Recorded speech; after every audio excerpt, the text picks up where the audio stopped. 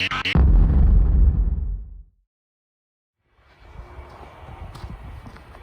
guys, thanks for letting me have the mic here. We are going to be showing throwing understable discs versus overstable discs, and specifically fairway drivers on hole number 8 in Maynard, Texas. This is actually East Metro Park Disc Golf Course, hole number 8. It's a signature hole. We've got Monster down there about almost 300 feet down where the bridge is, and the basket itself is 800 feet. So the shots we're taking here first, hopefully be able to demonstrate how throwing some understable stuff not as far as you possibly can and staying out of trouble is a better shot than burning something down there, say 350 feet, but getting in the woods and have to pitch out is better. So let's see if I can throw some good shots here and show you guys what you should be doing on shots like this when the fairway is probably looking like a 50-foot fairway with really deep rough on each side. So first we're going to start with the fuse. It's understable mid-range. We'll throw it on a hyzer and let it kind of flip up flat. And right now there's not much of a wind. Usually there's a headwind, but I'm kind of feeling a tailwind. It's a little bit different today. Let's check it out.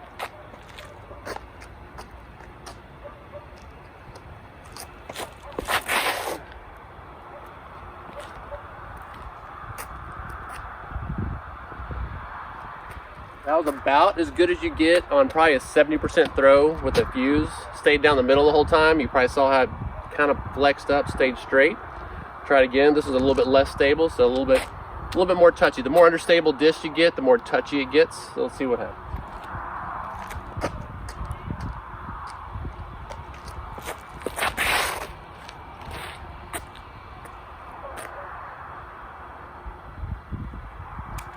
Wasn't as clean of a shot, but still same idea. A hyzer flipped it up. It started coming right, but I kept it low enough where it didn't get me in any more trouble. Still stayed in the middle.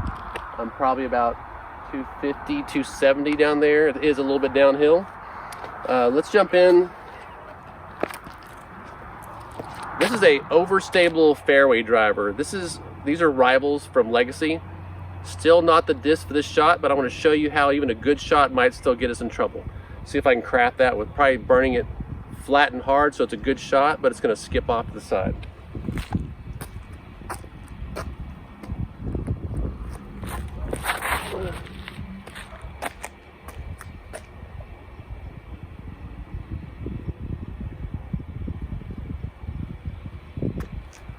Okay, that was about perfect because I actually grip locked a little bit and it came out of my hand a little bit late, but threw a good shot.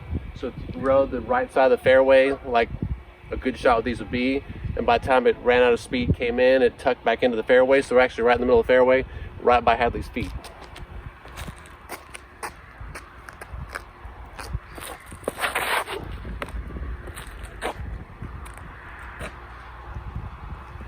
All right, that's a better example. I chopped it off a little bit, trying to create it so it actually would show how it skips off into the rough, but it kind of burned out early because I grip locked it. All right, let's do the stag. This is a Westside Disc Stag 8603. The 0 means it's a little bit less stable in the first part of the flight, so it should flex, it should turn over a little bit, and then it's a 3 at the end, the fade, so it should come back pretty hard. But I'm not really sure how it's going to play on this hole here. Let's see. I got 2 of the same disc.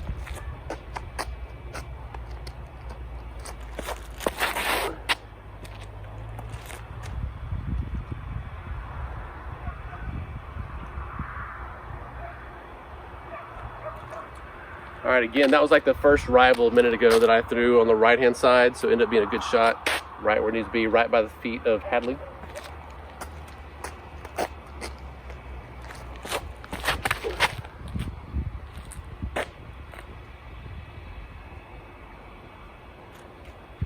All right, that was just a bad shot.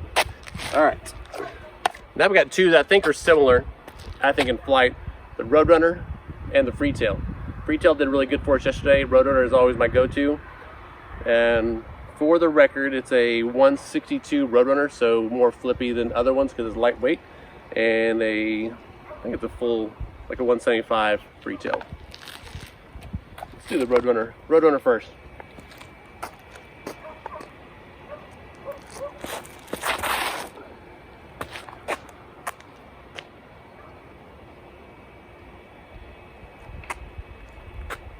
All right, I did that one pretty good. A hyzer flipped it nicely. It was more on the left-hand side of the fairway, and I didn't quite pop it hard enough, so it did come out early and get into trouble, but it still didn't get in as much trouble as, like, say, a Wraith or Destroyer would. It actually kind of hit a little softer and then rolled back out. Let's try the free tail. Kind of do the same shot.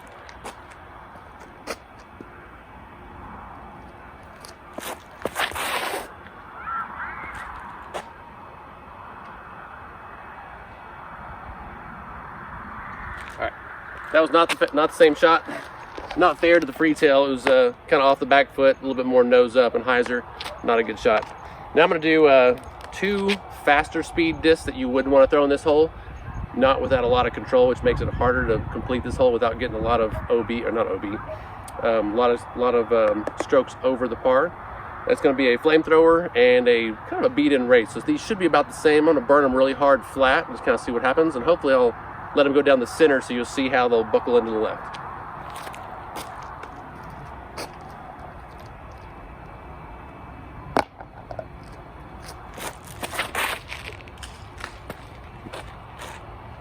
Not good.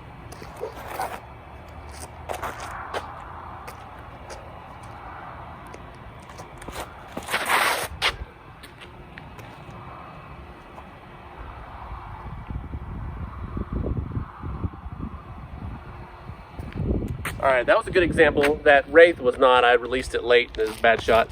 But when I threw the flamethrower, it was a good shot down the middle. Actually had enough speed to make it turn over just a little bit. But as you saw in the footage from Hadley, it actually is going to come back in, skip, and get us in trouble. So even though it's a good shot down the fairway, at the very end, it's not. So ultimately, that's not a good decision on this hole. All right, 2 overstable mid-ranges. These you might think is a good idea as well. It could be. You'd really have to throw them hard. They're not going to skip as much as a driver into the rough, but they're actually going to have to be something you still have to play the right side or have enough ante on it or power on it to get to go right before it comes left. Let's see how they do. Got the shotgun from Black Zombie and the verdict here from DD. We'll do shotgun first.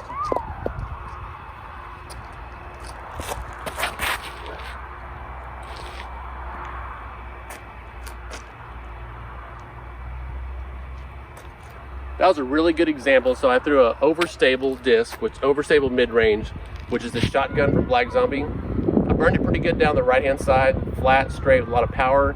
It was coming back like it was a high-speed driver, but since it's the mid-range, it really doesn't skip much. So it could have got us a lot of trouble with a fast driver, but since it's a mid-range, kind of stuck in the ground and stayed in the fairway. If I can repeat that with the verdict, it should be about the same. This is probably a little bit more stable. It should be more stable than the shotgun.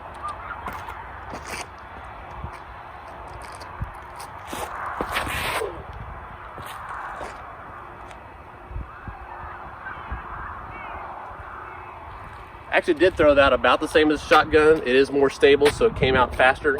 Got me in trouble because I kept it high, didn't skip into the rough, but it was just a bad shot because it was like down the middle. Down the middle would be a good shot for most things. You want to stay in the middle. In this case, middle was bad because it was determined to come left at some point.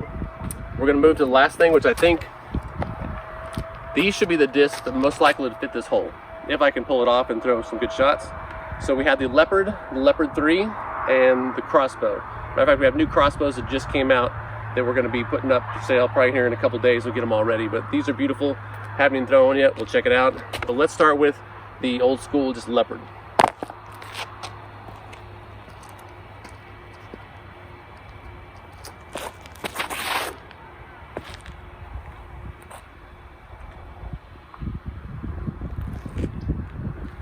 That was a pretty good shot. Obviously it was not where I wanted to go as far as I expected it to kind of turn over more. We have a little bit of a tailwind to kind of keep it over, but it never came over like I thought it would. I think I put a little bit too much nose up on it, which basically makes it hyzer out sooner. The Leopard 3 is a little bit less stable, even though it's a heavier disc. See if we can't get this to pop down there, get as close to Hadley as we can.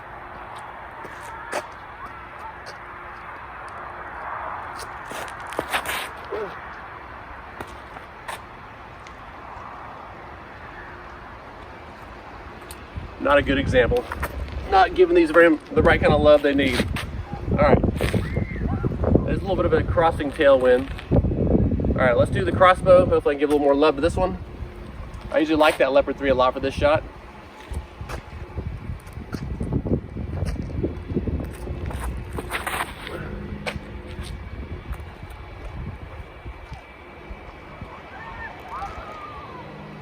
All right, not the best line for it either. It's a little more stable than I thought it would be. So those crossbows probably have to be broken in just a tad bit.